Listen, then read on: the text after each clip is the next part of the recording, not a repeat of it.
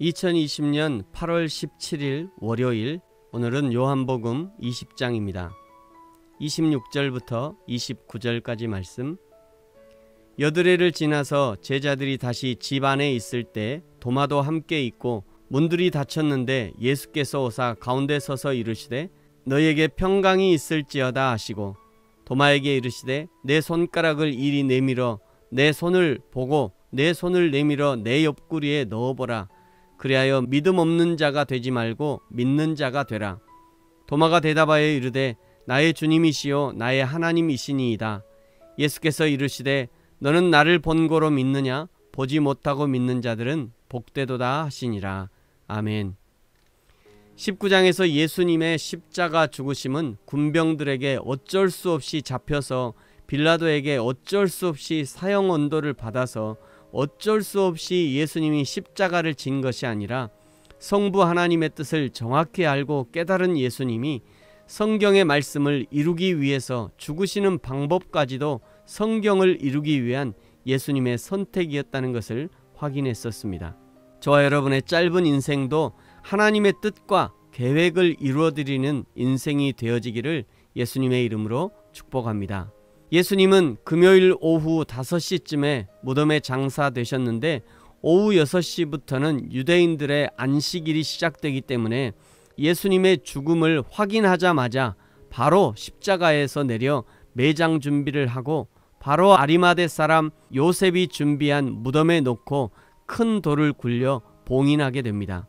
그렇게 3일이 지났습니다. 정확하게는 금요일 저녁 6시부터 주일 새벽까지 약 36시간 정도 무덤에 계셨습니다. 날짜로 하면 3일인 것이죠.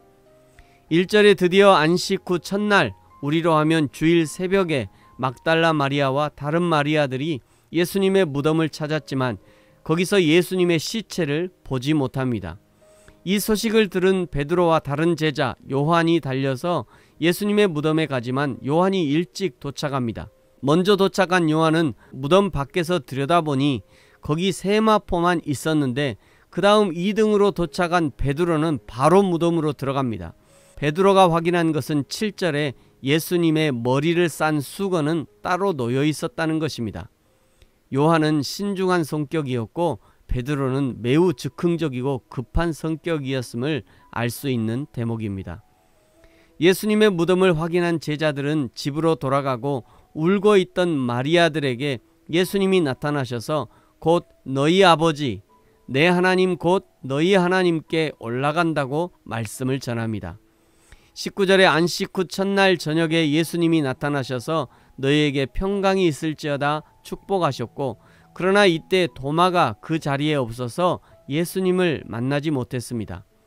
도마가 25절에 내가 그 손에 못자국을 보며 내 손가락을 그 못자국에 넣으며 내 손을 그 옆구리에 넣어보지 않고는 믿지 아니하겠노라 하자 26절 다시 8일 후에 도마도 함께 있는 그곳에 다시 예수님께서 나타나셔서 도마에게 예수님의 창자국 난 옆구리와 못자국 난 손을 내밀어 보여주시고 만지게 해주시면서 믿음 없는 자가 되지 말고 믿는 자가 되라고 권면하셨습니다. 예수님이 말씀하시는 믿음이란 무엇인가? 믿음을 정의하기가 참 어렵습니다. 왜냐하면 믿음이란 것이 눈에 보이는 것이 아니기 때문입니다. 그럼에도 예수님은 우리에게 믿음을 가질 것을 요구하시고 우리의 신앙의 선배들 역시 이 믿음을 정의하기 위해서 부단히 노력했었습니다. 그 결과물이 사도신경인 거죠. 어떤 분들은 주기도는 성경에 나오는데 사도신경은 성경에 없는 것이라고 사도신경을 폄하하려고 하지만 사도신경은 1.1획도 폄하될 만한 그런 것이 아닙니다.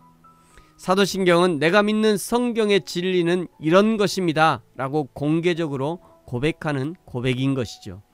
사도신경은 이렇게 고백하고 있습니다. 나는 전능하시고 천지를 만드신 하나님 아버지를 믿습니다.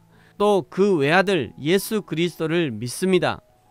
예수님이 누구신가? 그는 성령으로 잉태되셨고 동정녀 마리아에게 나셨고 본디오 빌라도에게 고난을 받아 죽으셨고 십자가에 못 박히시고 장사한 지 사흘 만에 살아나셨고 하늘에 올리셨고 지금은 하나님 우편에 계시고 그리고 산자와 죽은 자를 심판하시러 다시 오실 것을 믿습니다.